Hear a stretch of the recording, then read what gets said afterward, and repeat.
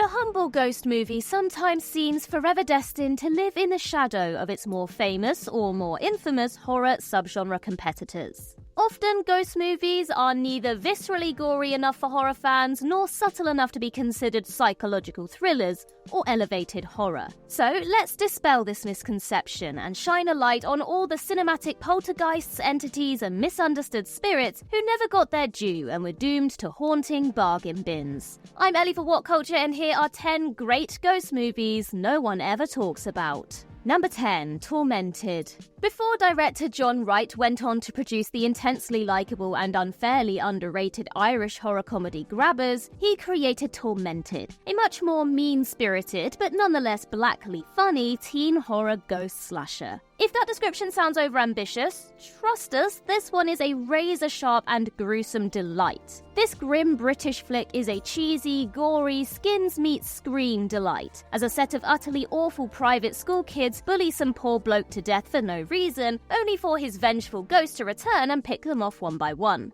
And boy, does the film know what its audience is here for. Like the later webcam horror Unfriended, Tormented makes the clever decision to never try making its teen cast likeable or redeemable. These kids are universally insufferable and nasty, and that, along with the fact that their actors are well into their 20s, makes it a guilty pleasure to see them torn to pieces in increasingly inventive fashion. It's a mindless, gory black comedy, sure, but former teen star Alex Pettyfer makes a stellar, slimy villain, and Tuppence Middleton shows a lot of promise in an early role as one of the marginally more human victims. Number 9. 100 Feet. A whole lot of horror fans rave about the superb 1987 vampire horror Near Dark, and 100 Feet is a similarly underrated success from the film's writer Eric Red. Long before James Wan reinvented the Invisible Man as a gaslighting abusive metaphor for domestic violence, this intense 2008 horror saw Famke Janssen star as a troubled woman placed under house arrest for the murder of her husband. Only said murder was in self-defense, and said husband has no plans to stay dead. This results in a chilling and ingenious horror which traps Janssen under house arrest inside her cramped apartment with the unseen monstrous entity her undead husband has become. Minor spoilers here, but Gossip Girl's Ed Westwick appears in a small cameo and earns an unforgettable death as the ghost beats him so brutally the resultant blood makes his see-through spirit form visible again. It's a gruesome, clever touch in a film filled with them. This gripping and intense horror deserved better than its poor showing with critics and straight-to-video ignominy. Number 8. The Frighteners. Released in 1996 to critical raves and audience crickets, The Frighteners was the last foray of one famous New Zealand filmmaker into his old stomping ground of comedy horror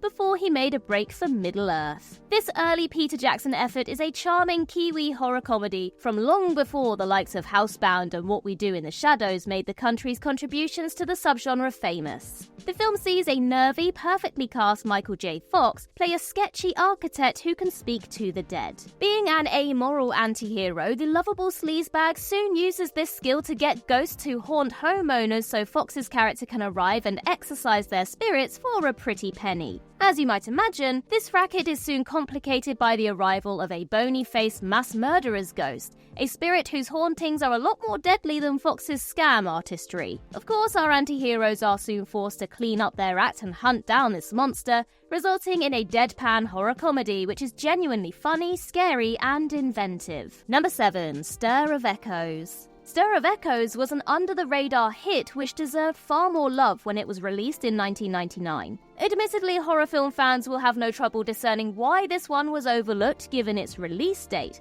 as it was overshadowed by the Bruce Willis mega-hit The Sixth Sense, which is also a ghost movie. But this underrated Bacon vehicle is a more chilling, bleak, and brutally effective breed of thriller than that sentimental shocker. Following Bacon's phone operator as he begins suffering terrifying visions after being put under hypnosis, the film sees him uncover an unsettling, harrowing horror story. The ghostly visitations are chilling, and the film's poignant plot is a credit to the source novel's original author, Richard Matheson. Number 6. House. Released in 1986, House is a largely and undeservedly forgotten haunted house film from the creator of Friday the 13th Part 3 and the underrated creature feature Lake Placid. And much like that later monster movie, this one should be cropping up on far more horror comedy best-of rundowns than it does. This goofy 80s horror comedy has all the gory, gross-out excess and charming character comedy the subgenre is famous for, along with a likable hero and an engaging story.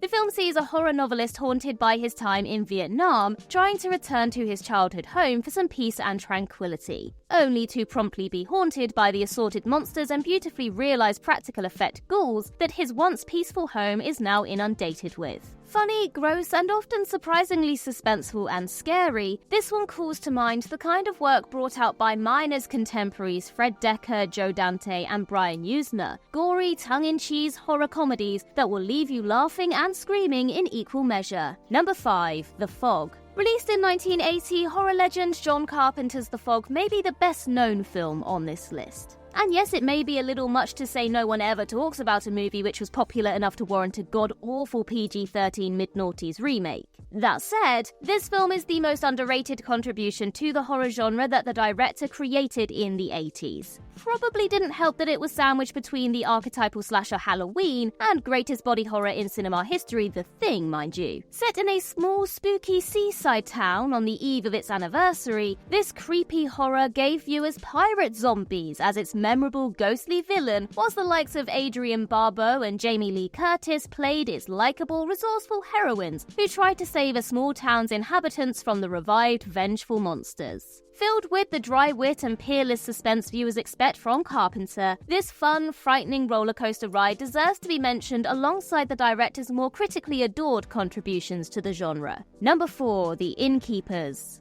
Released in 2009, House of the Devil was an homage to 80s satanic panic horrors which proved almost too effective in its pitch-perfect recreation of the era's aesthetic. Not unlike the later Terrifier, the film managed to faithfully channel the style of 80s horror, but it unfortunately also held on to the flat characters and padded plotting of the decade's scary cinematic efforts. Director Ty West's underrated 2012 follow-up The Innkeepers, however, learning from and building on his earlier film's promise, this horror is a slow-burn masterpiece of tension and character building, which leaves you as invested in its small cast as you are terrified for their fate. Most of the film's meditatively paced action follows the eponymous B&B operators as they close up shop, banter, and eventually start to investigate the rumors of haunting that plague their workplace. And that's when things take a turn for the unforgettably scary, as a sudden spike in the film's tension and action leaves viewers floored after being lulled into a false sense of security by the mumblecore opening act. Number 3. The Entity.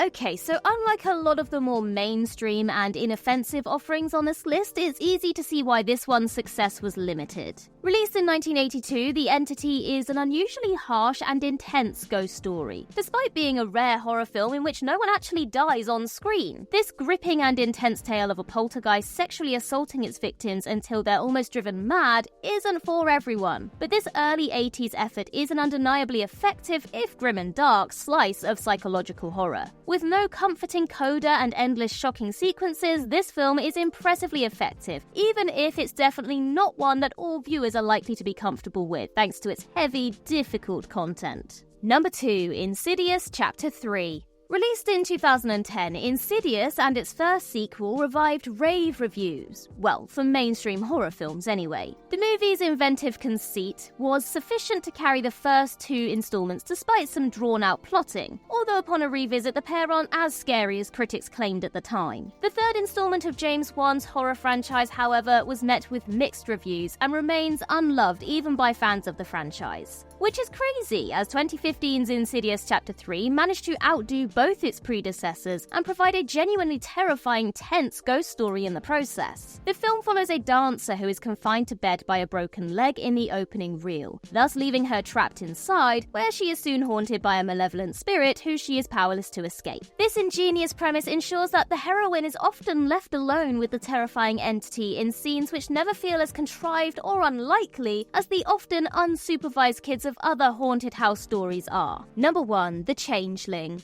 Released in 1980 and not to be confused with the stellar, disturbing true-life drama Changeling from 2009, The Changeling is a disarmingly simple but all the more alarmingly scary piece of ghost fiction. This spare, small-scale horror from the early 80s deserves to be mentioned alongside the likes of The Exorcist and The Omen, and decades after its release, this unheralded film remains one of the horror genre's hidden gems. Following a heartbroken composer who retreats to a secluded house after a traumatic loss, this movie inspired The Descent's tactic of opening with an all-too-realistic tragedy before introducing more explicitly horror-based elements to the story. Subtle but intense, the gradually rising tension of this troubled man's haunting leads to some unforgettably scary sequences, along with some moving character drama, which makes the dark story's terror even more effective. Like later films it inspired such as The Others, the film barely shows any on-screen violence or horror, leaving almost everything uncomfortably confined to the viewer's chilled imagination.